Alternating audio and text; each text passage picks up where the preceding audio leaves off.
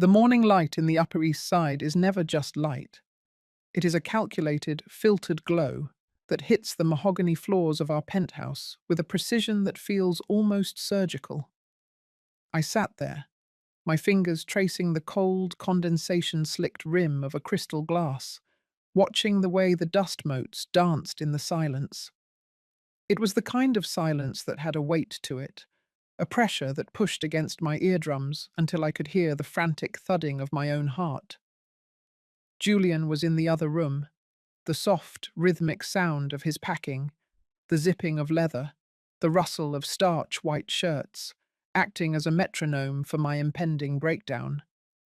He told me it was Seattle, a big infrastructure project, he had said, something about a sustainable high-rise that would redefine the skyline. He looked me straight in the eyes when he said it, his gaze steady, his voice devoid of even a flicker of hesitation. That was the Julian Thorne I had built. I had taken a man with nothing but a degree and a hunger in his eyes and turned him into the architect of the century, using my father's name and my family's old, weathered gold. The envelope was still sitting on the marble island in the kitchen, tucked under a pile of glossy architectural digests. It was a mistake, a tiny, bureaucratic slip-up that would eventually burn my world to ash. It was a homeowner's insurance policy for a property I didn't recognize. The address wasn't in Seattle. It wasn't even in New York. It was Malibu. The Azure Shell, the document called it. A $5 million estate sitting on the edge of the Pacific, listed under a holding company that I knew, with a sickening certainty, was tied to our private trust. My trust. The money my grandfather had set aside for the Vanderbilt legacy. I remember how the paper felt between my fingers, crisp, official, and cold. So cold. I had stood there for 20 minutes, the smell of the expensive Blue Mountain coffee. Julian loved so much, filling the air, feeling like I was disappearing. I felt like a ghost haunting my own kitchen. Julian walked in then, smelling of sandalwood and success. He looked perfect, as he always did, his navy suit tailored to perfection, hiding the heart of a man I realized I didn't know at all. He didn't see the envelope. He only saw the back of my head, the stillness of my posture. He wrapped his arms around me, his breath warm against my neck, and for a second, I wanted to lean back. I wanted to believe the lie because the truth was a jagged glass wall I wasn't ready to walk through. He whispered that he would miss me. He whispered that 3 months was too long to be apart, but that the Seattle project would secure our future for the next decade. Our future. The word felt like a slur. I stayed silent, my eyes fixed on a small crack in the marble that I had never noticed before. How many other cracks were there? How much of our marriage was just a facade held together by my silence and his practiced charm? He left at noon. The sound of the heavy oak door clicking shut felt like a gunshot in the cavernous apartment. I didn't move for a long time. I just listened to the elevator hum, taking him down to the street where a black town car was waiting to whisk him away to JFK. Or so I was supposed to think. I knew he wasn't going to New York's airport. He was likely heading to a private terminal, perhaps Teterboro, where the rules were different and the eyes were fewer. I walked over to his study, my bare feet silent on the silk rugs. The room still smelled of him. The old books, the expensive scotch, the scent of a man who belonged. I sat in his leather chair, the one I had bought him for our 5th anniversary, and felt the immense, suffocating irony of it all. I opened his secondary laptop, the one he thought I never touched. I knew the password. It was our wedding date. It was a knife to the ribs to realize he used the day he vowed to honor me as a key to the vault of his betrayals. The iCloud sync was the final nail. Men like Julian are brilliant at the big picture, but often overlook the digital tether that binds their devices together. I opened the photo stream and my breath hitched. There were photos from this morning, taken just an hour before he hugged me goodbye. He wasn't in a suit. He was in a linen shirt, relaxed, smiling into the camera with a warmth I hadn't seen in years. And there was Eleanor Vance, my former assistant, the girl I had hired because she seemed so eager, so bright, so harmless. She was standing in a sun-drenched kitchen, her hand resting on a prominent, rounded belly. She looked radiant. She looked like she owned the sunlight. There was a folder titled Our Little Angel. I clicked it, my hands shaking so violently I almost dropped the mouse. Inside were ecograms. 12 weeks. 20 weeks. 28 weeks. Under each one, Julian had written notes. Daddy's little architect. Can't wait to meet you, Leo. I felt a visceral, physical pain in my stomach, a cramping so intense I had to double over. We had tried for years. I had endured the needles, the hormones, the clinical coldness of the fertility clinics, the silent car rides home after every failed cycle. He had held my hand and told me it didn't matter, that I was enough. But while I was mourning the children we never had, he was planting a garden in someone else's soil. He had been building a secret life for nearly a year, right under my nose, using my resources to fund a sanctuary for his mistress and his bastard son. I scrolled further down. There were photos of the Malibu house, the azure shell. It was beautiful in a way that hurt to look at. Floor-to-ceiling glass, white sand, the endless blue of the Pacific. It was a masterpiece of architecture, likely designed by Julian himself, a love letter in glass and stone to a woman who wasn't his wife. I saw photos of them on the deck, Eleanor wrapped in a cashmere throw, Julian holding a bottle of champagne. They looked like a family. They looked like the reality I had prayed for every night for a decade. I realized then that I wasn't just a wife who had been cheated on. I was a financier who had been robbed. He hadn't just taken his heart elsewhere. He had systematically siphoned off millions from the Vanderbilt accounts to build this alternate universe. He had treated my family's legacy like a personal ATM for his infidelity. How did I not see it? The late nights at the office that weren't about blueprints, the weekend site visits that always seemed to coincide with Elena's time off, the subtle coldness that had crept into our bed like a winter fog. I had blamed myself. I had blamed the stress of the business, the disappointment of the infertility, the weight of my own expectations. I had tried harder. I had bought more expensive lingerie, planned more elaborate vacations, supported every one of his professional whims. I had been the perfect New York socialite, the perfect business partner, the perfect anchor. And all the while, he was waiting for the right moment to cut the rope and let me drift into the abyss. I walked to the window and looked out at the New York skyline. The city looked grey, indifferent, a concrete jungle built on the bones of people who had been betrayed before me. I thought about the phone call he made right before he left. I had overheard a snippet of it. He was talking to his lawyer, or who I thought was his lawyer. He said, "Harrison, keep it quiet. My wife shouldn't know a thing." He thought he was so clever. He thought I was still the fragile, mourning woman who couldn't handle the truth. He didn't know that the Vanderbilt blood in my veins wasn't just blue. It was cold. It was the blood of men who built empires by knowing exactly when to strike. I picked up my phone. My thumb hovered over the contact for Harrison Sterling. Harrison had been my father's legal counsel for 40 years. He knew where every body was buried, every cent was hidden, and every secret was kept. He was more than a lawyer. He was the architect of our family's protection. I dialed the number. The ringing sound was the only thing in the room. When he answered, his voice was like aged whiskey, smooth, deep, and utterly reliable. He didn't ask how I was. He knew me well enough to hear the change in my breathing.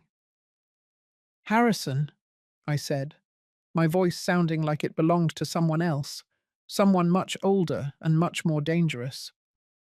"I need you to listen very carefully. Julian is on his way to Malibu. He thinks he's starting a new life at a place called the Azure Shell. He thinks he's spent my money to buy a throne for his mistress. I want everything stopped. I want the accounts frozen. I want the deed to that house pulled into a legal vacuum. And Harrison," I paused, a single cold tear finally escaping and rolling down my cheek. "I want him to find out from you. Not today. Not tomorrow. I want him to get settled. I want him to feel safe. I want him to believe he has won.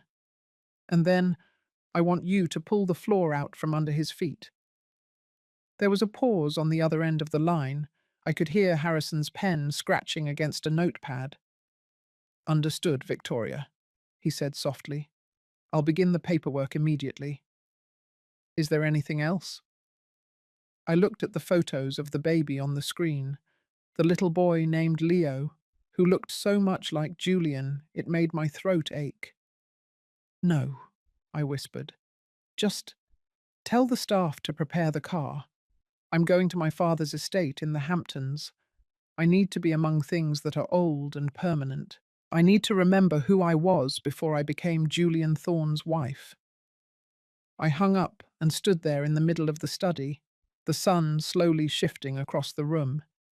The pain was still there, a dull, throbbing ache in the center of my chest, but it was being slowly encased in a layer of ice. I wasn't going to scream. I wasn't going to throw his expensive scotch against the wall or tear his tailored suits to shreds. That would be too easy. That would be what he expected from a woman in my position. No, I was going to be the silent architect of his ruin. He wanted a villa by the sea. I would make sure it became his prison. He wanted a legacy with another woman. I would make sure he didn't have a cent to leave him. I walked back to our bedroom, the room where we had whispered secrets and made plans that were all lies. I looked at the unmade bed, the indentation on his side of the mattress still visible. It felt like a crime scene. I grabbed my vintage leather suitcase and began to pack. Not everything, just the essentials. My jewelry, my legal documents, the few things that truly belonged to me. I left the expensive gowns he had bought me, the shoes, the handbags. They were all tokens of my entrapment. As I walked out of the apartment, I didn't look back. The silence was no longer heavy. It was a weapon.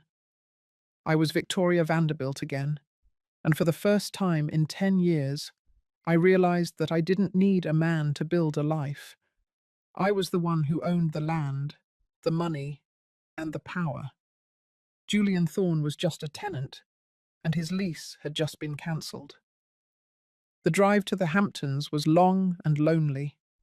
The grey Atlantic loomed to my right, the waves crashing against the shore with a mindless, repetitive violence. I thought about the first time I took Julian to the estate. He was so impressed, so eager to please my father. He looked at the vast gardens and the sprawling mansion, and I saw the hunger in him. I thought it was ambition for us. I didn't realize it was a blueprint for my replacement. I arrived at the gates as the sun was setting, the long shadows of the oaks stretching across the driveway like skeletal fingers. This was my fortress. This was where the Vanderbilts retreated when the world became too loud or too treacherous. I stepped out of the car and felt the salt air hit my face. It was cold, biting, and honest. I walked up the stone steps, my heels clicking against the granite, and felt the ghosts of my ancestors welcoming me home. They knew about betrayal, who knew about the cost of power. I walked into the grand foyer, the portraits of my father and grandfather staring down at me with their unyielding eyes. I wasn't the broken wife they had seen at the funeral of my pride. I was their daughter. I sat down at the mahogany desk in the library and opened my laptop. I had a lot of work to do. Part 1 of Julian's life was over.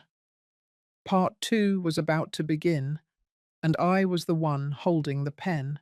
The journey through the wreckage of a shattered heart is a solitary one, marked by the realization that the people we love most are often the ones we know the least. In the wake of such a profound betrayal, it is easy to succumb to the darkness of despair, but it is in these very depths that we find the steel within our souls. I had to learn that my worth was never tied to his loyalty, and that the legacy of my family was a shield, not a burden. Healing is not the absence of the scar, but the strength to carry it as a badge of survival, finding light in the quiet resolution to reclaim my own story and emerge from the trauma not just restored, but transformed.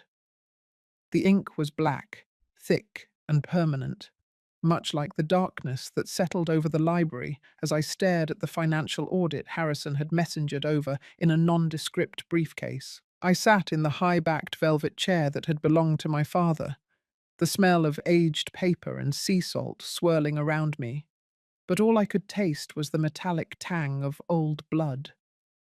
The wind from the Atlantic battered the window panes of the Hamptons estate, a restless, angry sound that matched the rhythm of my thoughts.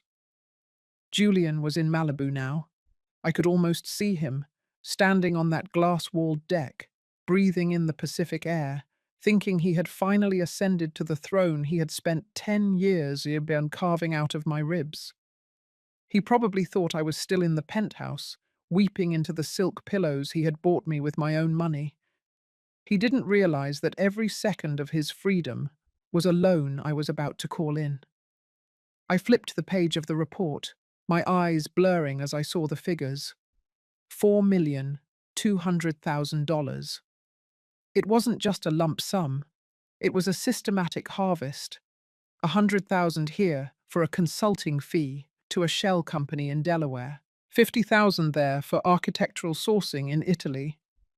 He had been bleeding me dry, cent by cent, month by month, for nearly 3 years.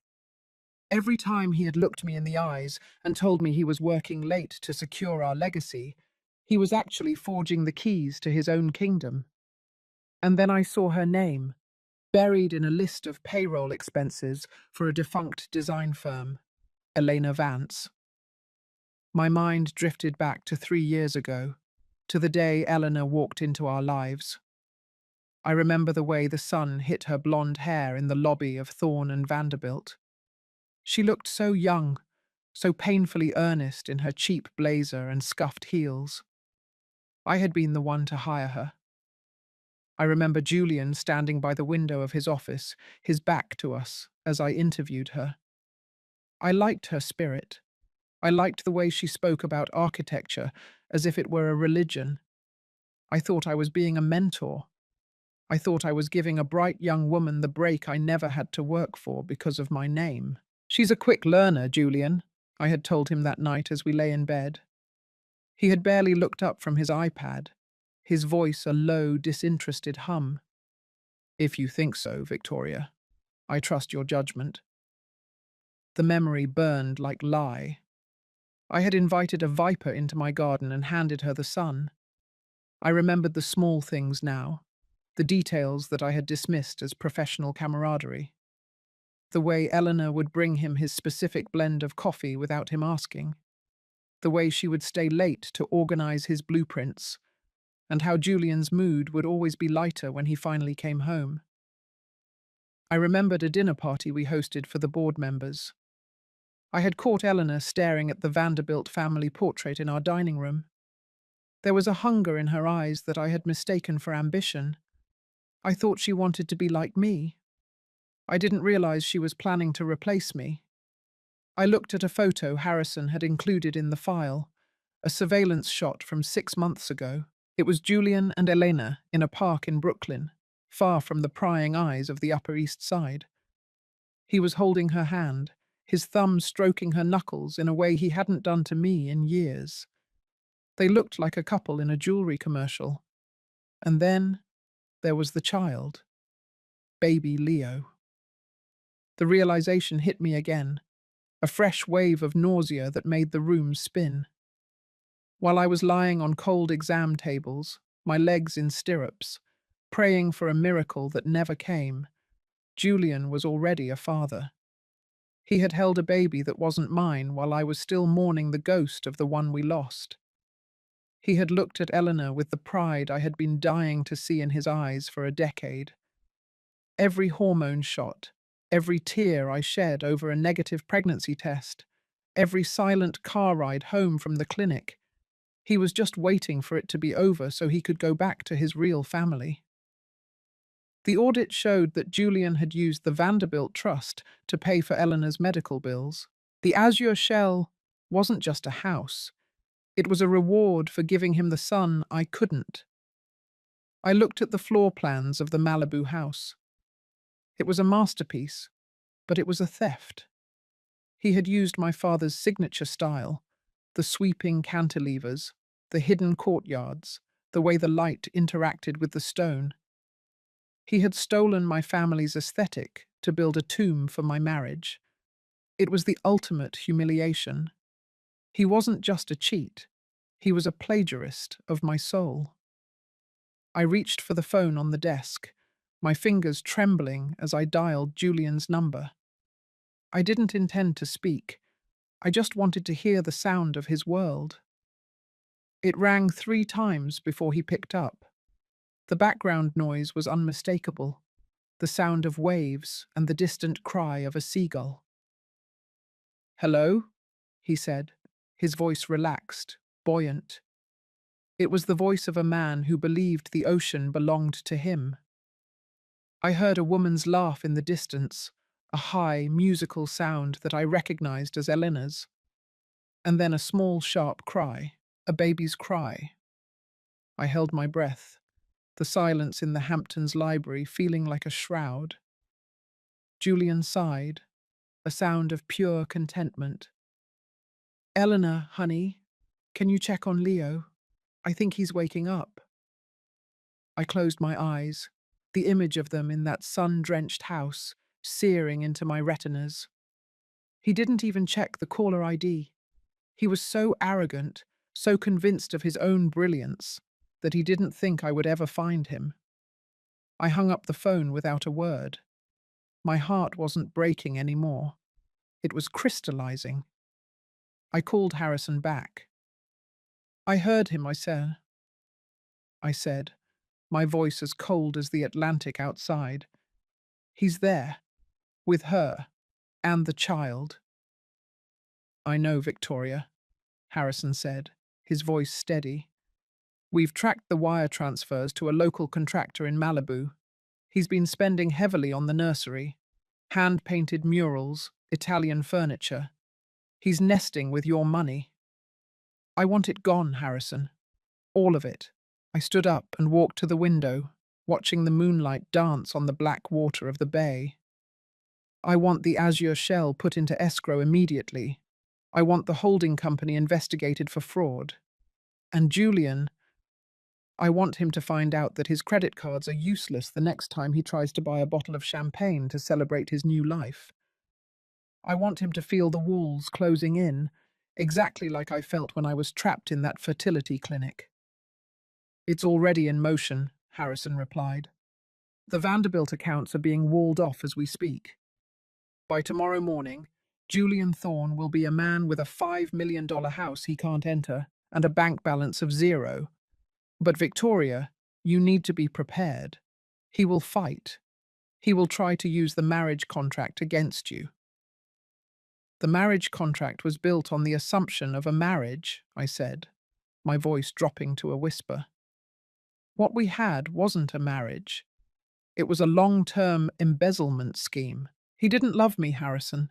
He loved the bank vault I was attached to. If he wants to fight, tell him I'll see him in court. But remind him that I'm a Vanderbilt. We don't just win, we erase." I hung up and walked out onto the balcony, The night air was freezing, the salt spray stinging my cheeks. I thought about Eleanor Vance.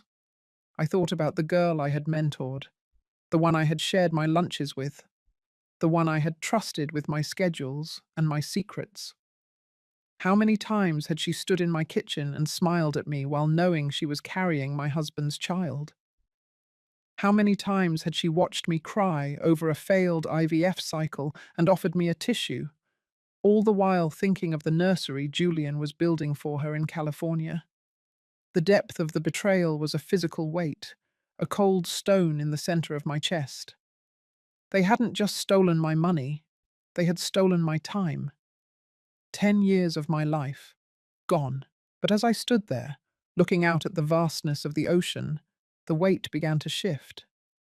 The enhuknya, the shame of being the fool, started to burn away, leaving something harder and more dangerous in its place.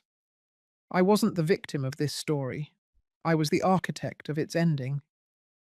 Julian thought he was the one who designed beautiful things, but he had forgotten who provided the land and the foundation. I went back inside and sat at the desk. I opened a fresh document on my laptop. No more tears, no more what-ifs. I began to draft the press release that would be sent to every architectural firm in the country. Julian Thorne wasn't just going to be poor, he was going to be a pariah. I would make sure his name was synonymous with betrayal and theft. I spent the rest of the night working, the glow of the screen the only light in the massive house. I felt like a general preparing for a siege. Every transaction I traced, every lie I uncovered, was another brick in the wall I was building around him. I found a secret account he had opened for Eleanor's personal expenses. He had been buying her jewelry, Cartier, Tiffany, pieces that were more expensive than anything he had ever bought for me. I looked at the receipts and laughed. It was a hollow, jagged sound that echoed through the empty library. He was so predictable. He was playing the role of the provider, the big man, using my family's wealth to impress a girl half his age. By 4 a.m., the first phase of the counterstrike was complete.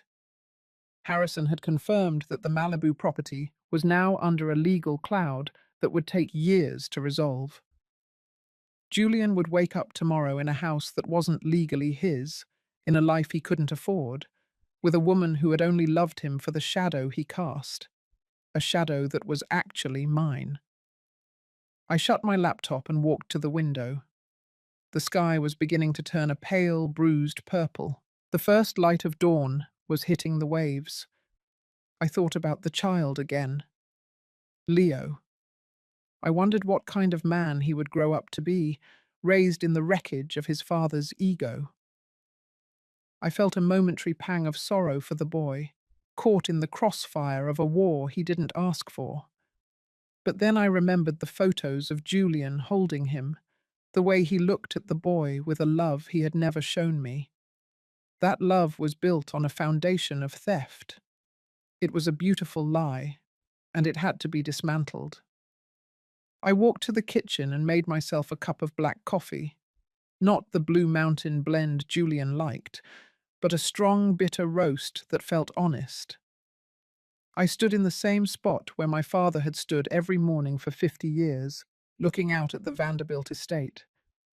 He had told me once that the only thing more dangerous than a man with everything to lose is a woman who has already lost everything and realized she's still standing. I was still standing. The pain was there, a ghost in the corners of my mind, but it was no longer in control. I was the silent architect. I was the one who owned the land.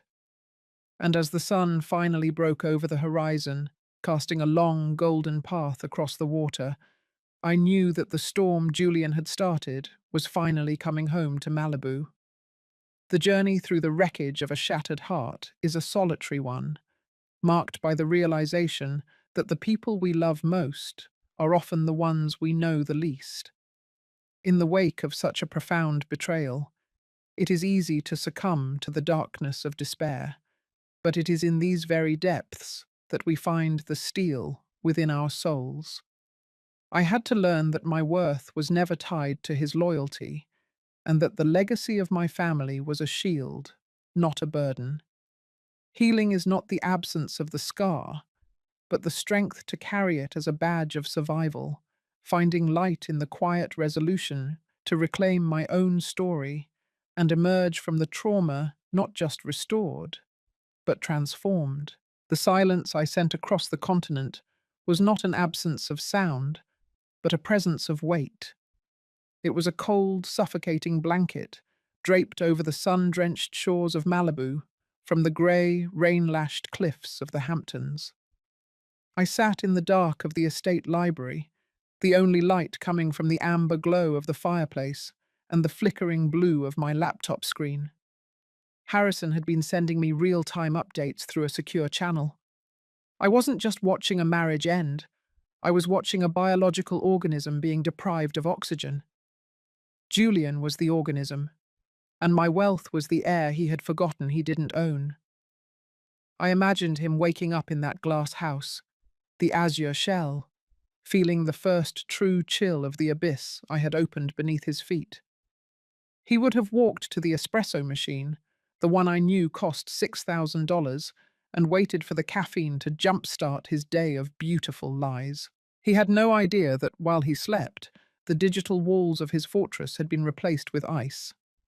The first crack in his world appeared at 10 in the morning, Pacific time. Harrison had a team on the ground, shadows moving in the bright California sun. Julian had taken Elena to a high-end nursery boutique in Santa Monica. I could see it perfectly. The whitewashed wood, the scent of lavender and expensive cotton, the soft music designed to make expectant parents feel like their love was the only currency that mattered. He had picked out a hand-carved mahogany crib, a piece that was more a sculpture than furniture. He had smiled at the saleswoman, that practiced architect's smile that promised stability and vision. He had reached into his alligator skin wallet and pulled out the black Centurion card, the one linked to the Vanderbilt primary account, the one that was his umbilical cord to my life. The decline was immediate. The saleswoman, polite and polished, had tried it again and again. I could feel Julian's confusion through the cold data on my screen. He would have laughed it off, made a joke about New York banks and their oversensitive fraud alerts. He would have pulled out a second card, then a third. One by one, the plastic became useless shards in his hand. The Vanderbilt Trust didn't just freeze his accounts, it erased his existence from the financial grid. Harrison had timed it with a surgical cruelty I found myself admiring. Julian Thorne, the man who designed skyscrapers, couldn't even buy a blanket for the sun he had hidden from me. I leaned back in my chair, the salt spray from the Atlantic hitting the glass behind me, and felt a jagged spark of satisfaction. It wasn't joy, it was the cold comfort of physics. For every action, an equal and opposite reaction. Then came the calls. My phone sat on the mahogany desk, vibrating with a desperate rhythmic intensity. Julian Thorne. The name flashed on the screen over and over, a digital ghost begging for re-entry. I didn't answer. I didn't even silence it. I let it vibrate until the room seemed to hum with his panic. I wanted him to feel the silence. I wanted him to understand that the woman who had spent a decade fixing his mistakes, smoothing over his tantrums, and funding his dreams, was no longer there. I was the silent architect now. Every missed call was another brick in the tomb I was building for his ego. He would have called the office next, looking for his secretary, looking for a way to reset the world. But he didn't get his secretary. He got Harrison Sterling. I could almost hear Harrison's voice over the wire, smooth, professional, and utterly devoid of mercy. He would have informed Julian that his position at Thorne and Vanderbilt had been suspended pending an internal audit into certain irregularities. He would have mentioned the Delaware shell companies. He would have mentioned the siphoned millions. And then he would have delivered the final blow. The Malibu house, the azure shell, was now under a legal freeze. Julian was a trespasser in a masterpiece he had stolen from my family's soul. I wondered what Eleanor was doing in that moment. Was she still holding the cashmere blanket? Was she looking at the man she thought was a king and seeing, for the first time, the hollow shell underneath? She had traded her youth for a shadow, and I was the one who had just turned off the light. The reports from the private investigators were clinical. Julian had returned to the Malibu house in a state of visible agitation. He was pacing the deck, the glass walls he loved so much, now reflecting nothing but his own ruin. He was shouting into his phone, his face a bruised purple against the perfect blue of the Pacific. Elena was inside, her silhouette visible through the floor-to-ceiling windows, her hands protective over her stomach. They were trapped in paradise. The cars in the driveway, the vintage Porsche, the Range Rover, were no longer theirs to drive. The staff had been instructed to leave. The power, the water, the security, everything was tied to accounts that no longer recognized Julian's signature. He was standing in a $5 million prison, surrounded by the beauty he had plagiarized from my life, and he was realizing that beauty has no value when you can't pay for the air inside it. I stood up and walked to the library window, looking out at the Hamptons fog. The physical distance between us was 3,000 miles, but the psychological distance was an infinite abyss. I thought about the years of gaslighting. How many times had he made me feel like I was the one who was failing? How many times had he looked at my tears over another failed IVF cycle and sighed, a sound of weary patience that made me feel like a broken machine? "It's okay, Victoria," he would say, his hand on my shoulder, feeling like a lead weight. "We have each other. That should be enough." But it was never enough for him. He was just waiting for me to break so he could replace me with a version that functioned the way he wanted. He didn't want a wife. He wanted a legacy, and he wanted me to pay for the privilege of being discarded. The enhuknya, the shame, was a cold, heavy stone in my gut. I remembered Eleanor sitting in my kitchen, taking notes on our social calendar, her eyes wide with what I thought was admiration. I had given her my old designer handbags. I had given her a bonus when her mother was sick. I had treated her like a sister, or perhaps the daughter I couldn't have. And all the while, she was carrying my husband's child, looking at my home and my life as a set of blueprints she could simply move into. She had seen my vulnerability as an opportunity. They had sat at my table, breathed my air, and plotted my obsolescence. The depth of that betrayal was a dark, bottomless well. I realized then that I hadn't just been blind, I had been too kind. I had been a Vanderbilt trying to be a person, while they were predators who only understood the language of the hunt. I looked at the clock. It was nearly midnight in New York, 3 hours earlier in California. The process servers would be arriving at the Azure Shell any moment now. Harrison had filed an emergency injunction. Julian wouldn't be arrested yet. Not for the embezzlement, not yet. But he would be evicted. The house was an asset of the Vanderbilt Trust, and the trust was no longer authorizing his residency. I sat back down at the desk and opened a bottle of my father's 25-year-old scotch. The liquid was dark gold, smelling of peat and thyme. I poured a glass and toasted the darkness. Julian had wanted a life of luxury and secret families. I was going to give him a life of legal documents and public disgrace. I was going to make sure that every time he looked at his son, he remembered that the boy's father was a thief who lost everything to the woman he thought he could outsmart. The phone vibrated again. This time I picked it up. I didn't say hello. I didn't say anything. I just listened to his breathing on the other end. It was ragged, panicked, the sound of a man who was drowning in plain sight. "Victoria?" he whispered, his voice cracking. "Victoria, please. I don't know what's happening. The cards, the accounts, even the house.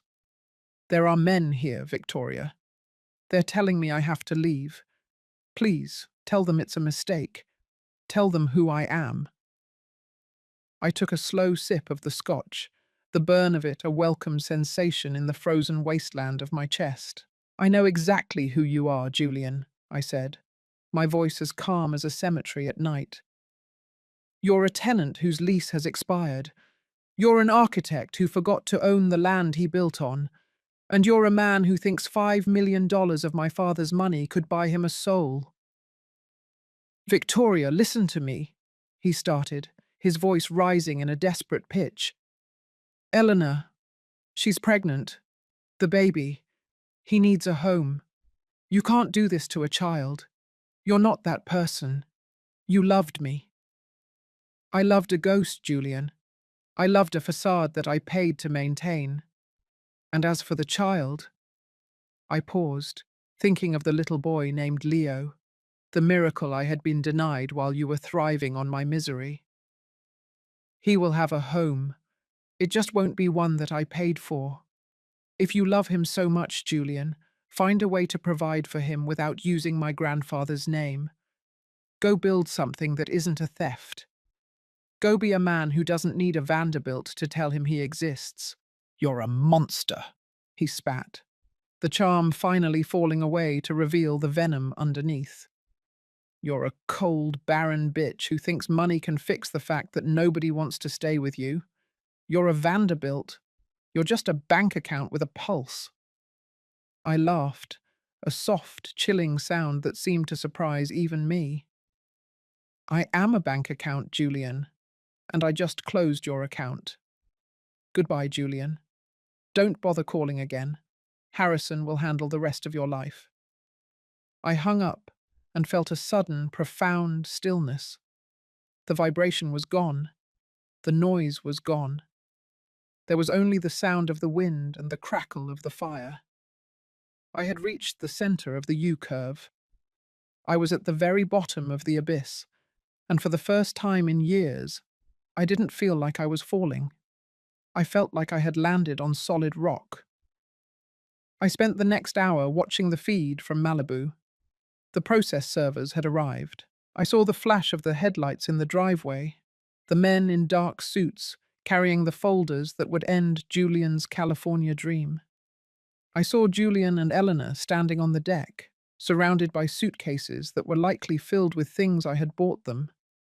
They looked small. They looked insignificant against the backdrop of the Pacific. The azure shell was still beautiful, but it was no longer a home. It was evidence. It was a monument to a crime that was finally being prosecuted. I turned off the computer and walked to the balcony. The Hamptons' fog had cleared, and the stars were visible now, cold, distant, and permanent. The journey through the wreckage of a shattered heart is a solitary one, marked by the realization that the people we love most are often the ones we know the least. In the wake of such a profound betrayal, it is easy to succumb to the darkness of despair, but it is in these very depths that we find the steel within our souls. I had to learn that my worth was never tied to his loyalty, and that the legacy of my family was a shield, not a burden. Healing is not the absence of the scar, but the strength to carry it as a badge of survival, finding light in the quiet resolution to reclaim my own story and emerge from the trauma not just restored, but transformed. The sun rose over the Hamptons with a clarity that felt like an insult to the complexity of my grief. I stood on the veranda of the Vanderbilt estate, the wind whipping my silk robe around my ankles, watching the tide retreat as if it were embarrassed to be seen. In Malibu, it was still deep night, a darkness filled with the sirens of process servers and the frantic, hushed whispers of a man who had finally realized the ground beneath him was made of paper. Harrison had sent the final report of the eviction an hour ago. Julian and Eleanor were out. They were standing on the PCH, surrounded by the expensive luggage I had bought, holding a child that was the living evidence of my replacement. I should have felt a surge of triumph, a rush of adrenaline that signaled the beginning of the end. But all I felt was a hollow, ringing silence. I was standing in the center of my empire, surrounded by the ghosts of 100 years of power, and yet I felt like a fragile porcelain doll that had been shattered and glued back together by a blind man. I walked back into the library, the air smelling of old leather and the lingering scent of the scotch I had consumed the night before. I sat at my father's desk and stared at the phone. It was quiet now. Julian had stopped calling. He had finally understood that the woman who used to answer his cries for help was dead. He was now dealing with the mechanism of the Vanderbilt Trust, a cold, legal machine that didn't have a heart to break or a pride to wound. I looked at the surveillance photos again, the ones Harrison had sent of the eviction. Julian looked smaller than I had ever seen him. He was wearing a cashmere sweater I had given him for his birthday, his face illuminated by the harsh blue lights of a patrol car. He looked like a stranger. It was a terrifying realization. I had spent a decade of my life loving a silhouette, a man I had projected my own dreams onto until he looked like a god. The ping of a new email broke the silence. It wasn't from Harrison. It was from an address I didn't recognize, a string of random numbers and letters that felt like a whisper from the digital underbelly of the city. The subject line was a single word: plagiarism. My hand hovered over the mouse, a cold shiver racing down my spine. I clicked it. There was no text in the body of the email, only a link to a secure drive and a password. I typed in the characters with trembling fingers, my breath hitching as the files began to load. It was a collection of architectural blueprints, old and weathered, dating back 15 years. They were the original designs for the Thorn Tower, the project that had made Julian's career and cemented our partnership with my father's firm. But the name on the title block wasn't Julian Thorn. It was Alistair Finch. I sat back, the room suddenly feeling very small. Alistair Finch was a name I had heard only once, years ago, in a passing conversation at a gala. Julian had mentioned him as a former classmate who had struggled with substance issues and ultimately dropped out of the industry. But as I scrolled through the files, I saw the truth laid bare in black ink. Every sweeping curve, every innovative use of light, every structural miracle that Julian had been credited for. It was all here, designed by a man who had vanished from the record. Julian hadn't just stolen my money, he had stolen his very identity. He was a fraud in every sense of the word. He was a man who had built a career on the stolen brilliance of a shadow. And he had married me to ensure that no one would ever look too closely at the foundation of his success. My phone rang, a sharp, jarring sound in the stillness. It was a private number. I hesitated, then answered. "Who is this?" I asked, my voice sounding brittle. "A ghost, Victoria," a man's voice replied.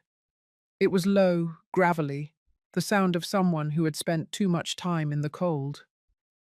A ghost Julian Thorne thought he had buried under $5 million of hush money and a non-disclosure agreement that I finally realized was as worthless as his soul. "Alistair?" I whispered, the name feeling like a curse on my tongue. "I've been watching, Victoria," he said, and I could hear the clinking of a glass on the other end. "I saw the news about the Vanderbilt audit. I saw the whispers about the Malibu house. I figured it was time for the silent partner to speak. Julian isn't just a cheat, Victoria. He's a thief of ideas. He's a parasite who found a host in your family's prestige. I designed the shell, Victoria. Not him. I designed the tower. He just changed the signatures. The floor seemed to tilt beneath me. I gripped the edge of the mahogany desk, the wood biting into my palms. The azure shell, the house I thought was a love letter to Eleanor, was actually another stolen masterpiece. Julian Thorne was a hollow man, a vessel filled with other people's genius and my family's money. I felt a sudden, sharp clarity. The enhuk nya, the shame, that had been suffocating me for days, was suddenly replaced by a cold, clinical focus. I wasn't just a betrayed wife. I was the person holding the evidence that would erase Julian Thorne from the history of architecture. "What do you want, Alistair?" I asked, my voice gaining a steel I didn't know I possessed. "I don't want your money, Victoria," he replied, and I believed him. "I want my name back. I want to see the man who erased me feel what it's like to be invisible. I have the original CAD files. I have the emails. I have the proof that he hasn't drawn a single original line in 10 years. I'm sending you the rest now. Do with it what you will." The line went dead. I stared at the screen as the files continued to pour in, a digital avalanche of ruin. I realized then that this was the fragile support I had been waiting for. It wasn't a savior. It was a weapon. I wasn't going to just take his house and his bank accounts. I was going to take his past. I was going to unmake the man until there was nothing left but the small, hungry creature that had walked into my lobby 15 years ago. I called Harrison. "We have it," I said, my voice steady and cold. "Everything. The blueprints, the fraud, the proof that Julian Thorne is a ghost. I want a press conference prepared for tomorrow. I want the board of the firm to meet at the penthouse. And Harrison, I want you to find Alistair Finch. I want him in New York. I want him to be the one who presents the truth." "Victoria, this is a massive gamble," Harrison warned, though I could hear the excitement in his voice. "This will destroy the firm's reputation as much as his." "The firm belongs to the Vanderbilts, Harrison," I replied, standing up and walking toward the grand staircase. "We built it once. We can build it again. But we cannot build anything on a foundation of lies. I would rather see the Thorne and Vanderbilt name burn to the ground than let it stand as a monument to his theft. Prepare the car. I'm coming back to the city." The drive back to Manhattan was different this time. The grey clouds had parted, and the city skyline loomed ahead like a challenge. I wasn't the broken woman who had fled in the night. I was a sovereign returning to her kingdom. I sat in the back of the car, my fingers flying across my tablet, coordinating with the PR teams, the legal experts, and the silent allies who had been waiting for the wind to change. I felt a strange, detached calm.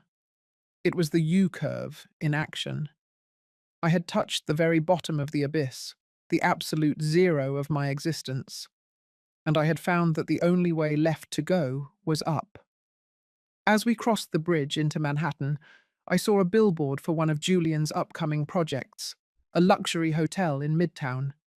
His face was there, large and confident, with a tagline about designing the future. I looked at it and laughed. It was a thin, sharp sound that startled the driver. The future he had designed was already a ghost. By this time tomorrow, that billboard would be a mockery. I arrived at the penthouse at sunset. The apartment felt different, larger, colder, but no longer suffocating. I walked through the rooms where he had lied to me, where he had planned my replacement, and I felt nothing. The furniture, the art, the scent of his sandalwood, it was all just decor in a play that had been cancelled. I went to the master suite and looked at the closet filled with his suits. They looked like empty skins. I called the building manager. "Pack everything," I said, my voice echoing in the marble hallway. "Every suit, every watch, every scrap of paper that belongs to Julian Thorne. I want it in storage by midnight, and I want the locks changed. Again." I spent the evening in the study, the same room where I had discovered the first lie. Harrison arrived at 9 p.m. with a man who looked like he hadn't seen the sun in a decade. He was thin, his hair greying prematurely, his eyes sharp but weary. Alistair Finch. He stood in the middle of my father's study and looked around with a bitter smile. "Nice place, Victoria," he said, his voice a low rasp. "I recognize the mouldings. I designed them for a competition in Zurich 12 years ago. Julian told me they were too traditional. I see he changed his mind when he had your father's checkbook." I didn't say anything. I just handed him a glass of scotch. We sat in the silence of the library, two victims of the same predator, and we began to plan the execution. Alistair showed me the files, the meticulous detail of his theft. Julian had been careful, but he had been lazy. He had reused modules, structural formulas, and aesthetic flourishes that were uniquely Alistair's. It was a digital fingerprint that couldn't be denied. "He thought I was dead, Victoria," Alistair said, staring into his glass. "He thought the settlement money would keep me quiet until the alcohol finished me off. He didn't realize that watching him build his empire on my bones was the only thing that kept me sober." "He won't be building anything else, Alistair," I promised. "By this time tomorrow, the architectural world will know exactly who Julian Thorne is, and they will know who you are." We worked through the night, a fragile alliance forged in the fire of shared trauma. I felt a strange sense of kinship with this man. We had both been used as fuel for Julian's ambition. We had both been discarded when we were no longer useful. But together, we were a force that Julian could never have anticipated. He had planned for a legal battle. He had planned for a divorce. He had even planned for my anger. But he hadn't planned for the truth. As the first light of dawn began to creep over the New York skyline, I stood at the window and watched the city wake up. I felt a lightness I hadn't felt in years. The pain was still there, a dull ache in the back of my mind, but it was being slowly replaced by a sense of purpose. I wasn't just surviving the betrayal, I was reclaiming my life. I looked at Alistair, who was asleep in the leather chair, clutching a folder of blueprints like a child with a stuffed animal. He was my secret ally, my fragile support, and he was the one who would help me deliver the final blow. I walked to the kitchen and made coffee. The penthouse was quiet, the only sound the distant hum of the city. I thought about Julian and Eleanor in Malibu. Harrison had told me they were staying in a cheap motel near the airport, their belongings in a rental car they couldn't pay for. I wondered if they were looking at each other now and seeing the truth. Without the money, without the prestige, without the stolen brilliance, what were they? They were just two people who had built a house on sand. I looked at my reflection in the polished black granite of the island. I saw a woman I recognized, not the wife, not the victim, but the Vanderbilt. I saw the steel in my eyes and the set of my jaw. I was ready. The board meeting was at 10 a.m. The press conference was at 2 p.m. And Julian Thorne was about to find out that the silent architect had finally finished her masterpiece. It was a design for a reckoning, and it was going to be perfect. The journey through the wreckage of a shattered heart is a solitary one, marked by the realization that the people we love most are often the ones we know the least. In the wake of such a profound betrayal, it is easy to succumb to the darkness of despair, but it is in these very depths that we find the steel within our souls. I had to learn that my worth was never tied to his loyalty, and that the legacy of my family was a shield, not a burden. Healing is not the absence of the scar, but the strength to carry it as a badge of survival, finding light in the quiet resolution to reclaim my own story and emerge from the trauma not just restored, but transformed. The act of self-advocacy is the ultimate reclamation of power. I stood among the ruins and chose to rebuild not just a firm, but a self that could never be stolen again.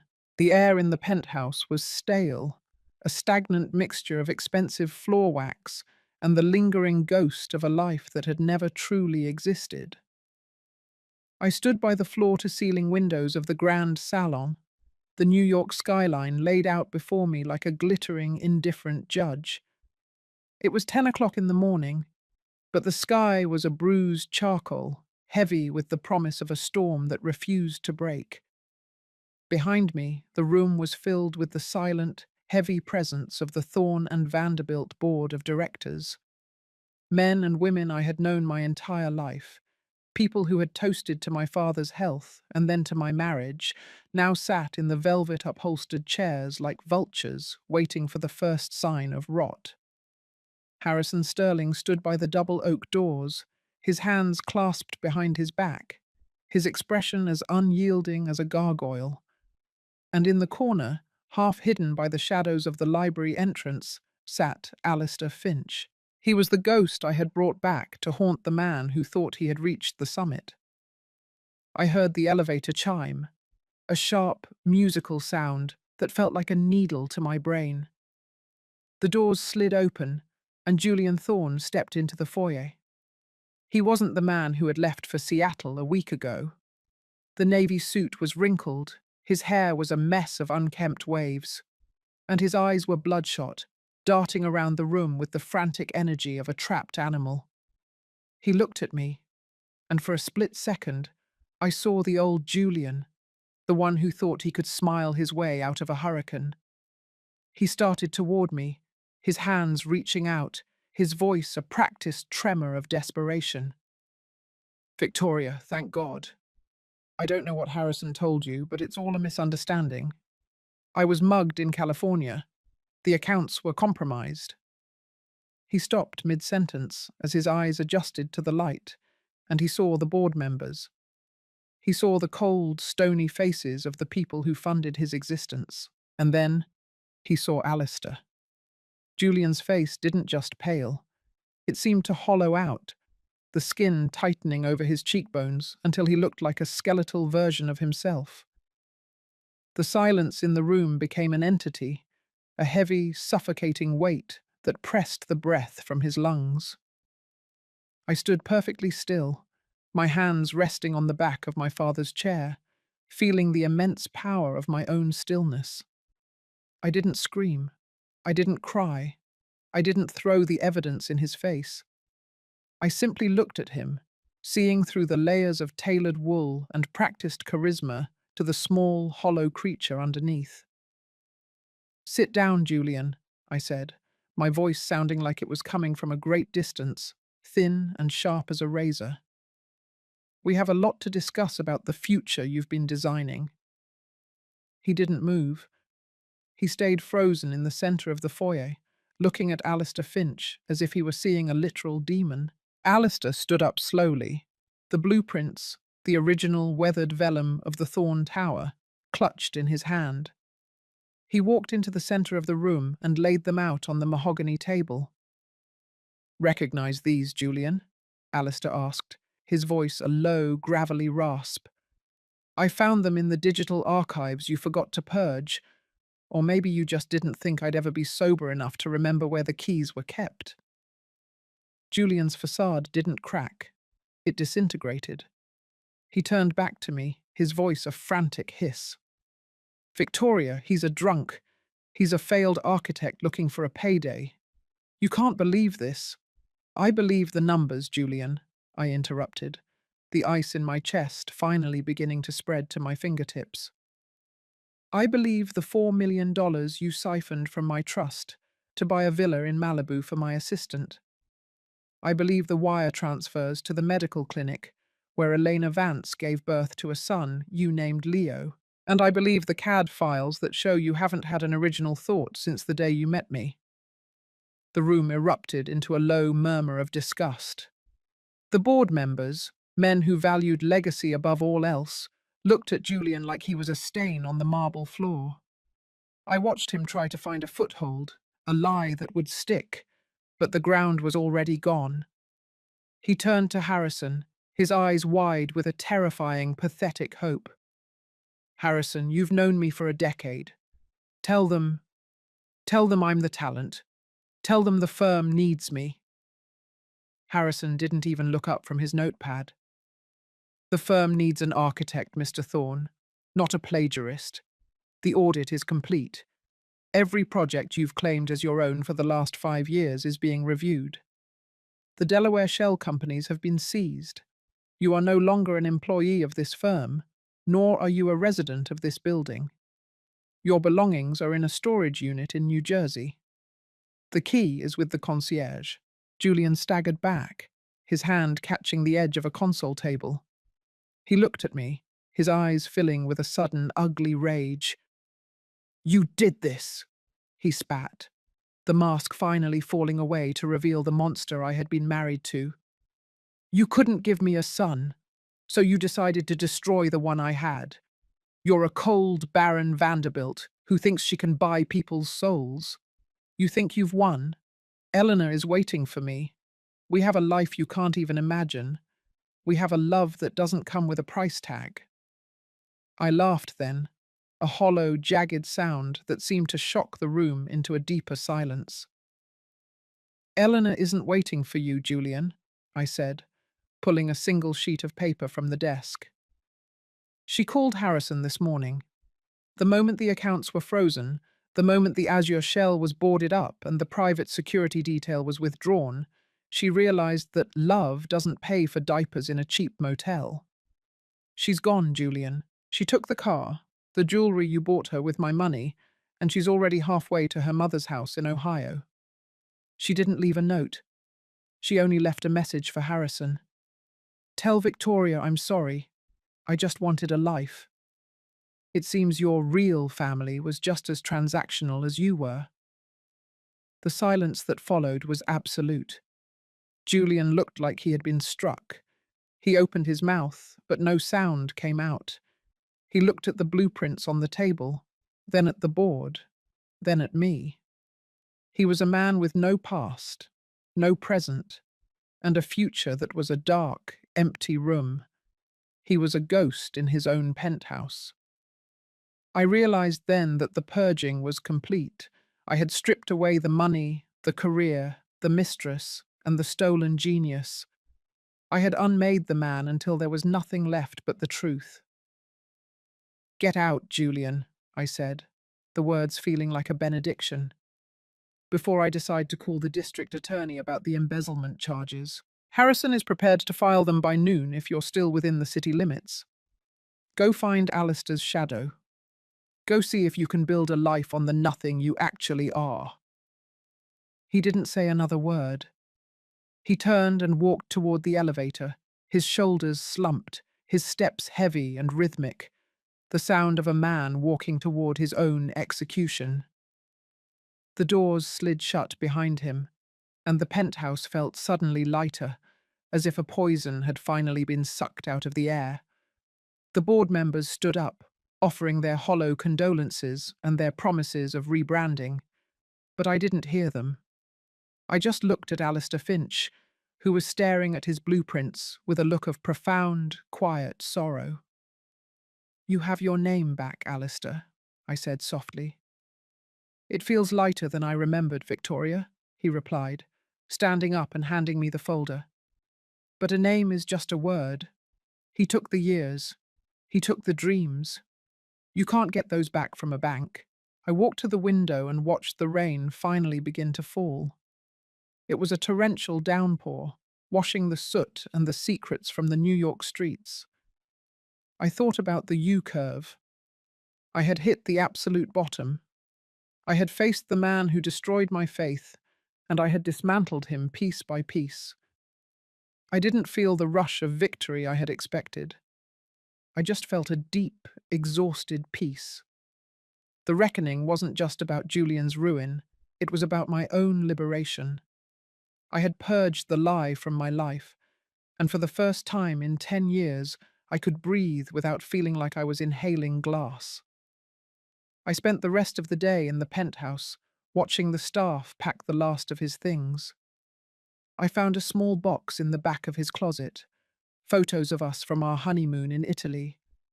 We were standing on a cliff in Positano, the sun hitting his face, his arm around me. He looked so real. I stared at the photo for a long time, trying to find the lie in his eyes, but it was perfect. He was a masterpiece of deception. I took the photo and walked to the fireplace. I dropped it into the embers and watched the paper curl and blacken, the image of our happiness turning to grey ash. It was a funeral for a ghost. By evening, the apartment was empty of him. The sandalwood scent was gone, replaced by the clean, sharp smell of rain and ozone.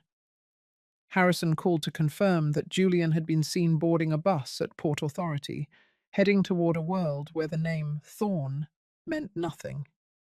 He was gone. The villa by the sea was a legal ghost. The child was a legacy in a different state. And I was Victoria Vanderbilt, sitting in the ruins of a 10-year war, finally realizing that the only architect I ever needed was the one who survived inside of me. I walked to the grand piano and played a single note. It echoed through the cavernous room, clear and pure. It was a start. I wasn't restored yet.